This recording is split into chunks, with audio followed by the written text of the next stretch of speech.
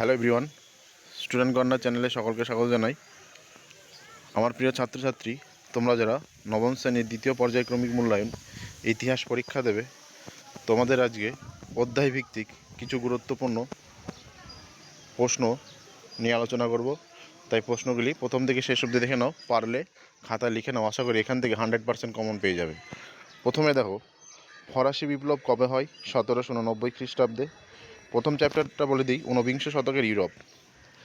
2 নম্বর প্রশ্ন, ফ্রান্সে রাজতন্ত্রের পুনঃপ্রতিষ্ঠিত হয় কবে? 1792 খ্রিস্টাব্দে। পরের প্রশ্ন, নেপোলিয়ন সম্রাট উপাধি ধারণ করে কবে? 1804 খ্রিস্টাব্দে। পরের প্রশ্ন, ভিয়েনা সম্মেলন কবে হয়? 1815 খ্রিস্টাব্দে। পরের প্রশ্ন, নেপোলিয়নকে কোথায় নির্বাসিত করা হয়? এলবা দ্বীপে। পরের প্রশ্ন, অস্ট্রিয়ার রাজধানীর নাম? ভিয়েনা। পরের প্রশ্ন, আন্তর্জাতিক সম্মেলনের সমবেত হয় কবে, কোথায়? 1814 খ্রিস্টাব্দে ভিয়েনা শহরে। পরের প্রশ্ন, ওয়াটারলুর যুদ্ধে কে কবে পরাজিত হয়? নেপোলিয়ন। 1815 খ্রিস্টাব্দে 18ই জুন।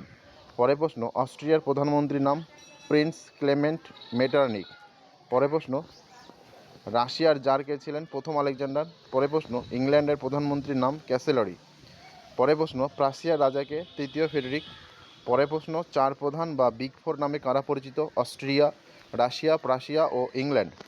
পরের প্রশ্ন দেখো, ভিয়েনা সম্মেলনের নেতৃবৃন্দ ইউরোপ পুনর্গঠনের উদ্দেশ্যে কটি নীতি গ্রহণ করে?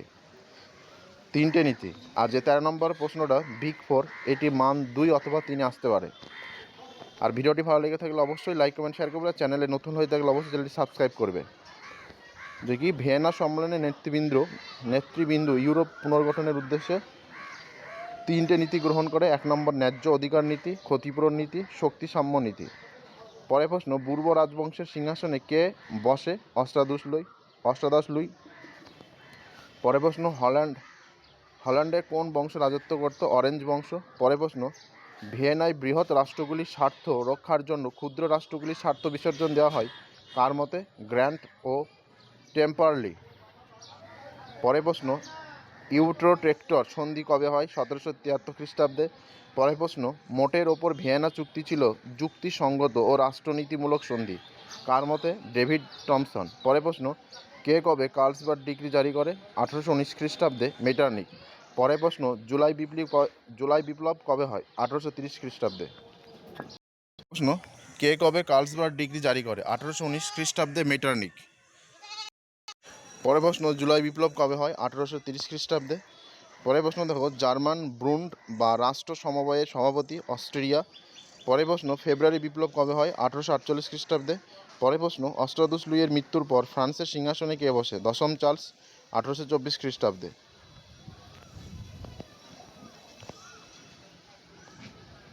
পরপর দেখে নাও প্রশ্নগুলি।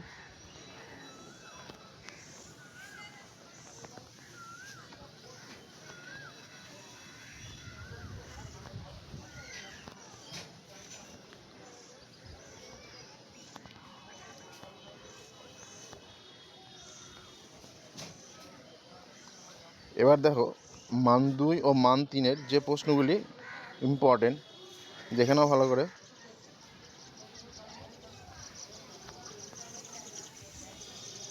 দ্বিতীয় অধ্যায় দেখো, শিল্প বিপ্লব, উপনিবেশবাদ ও সাম্রাজ্যবাদ থেকে যে প্রশ্নগুলি আসতে পারে।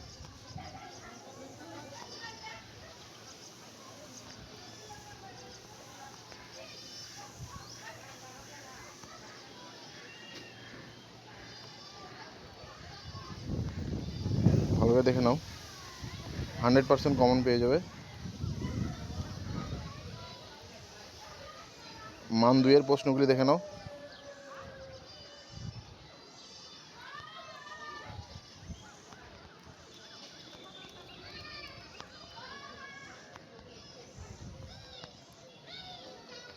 আজকে ভিডিও পর্যন্ত। ভিডিওটি ভালো লেগে থাকলে অবশ্যই লাইক কমেন্ট শেয়ার করবে। চ্যানেলে নতুন হয়ে থাকলে অবশ্যই চ্যানেলটি সাবস্ক্রাইব করবে। ধন্যবাদ।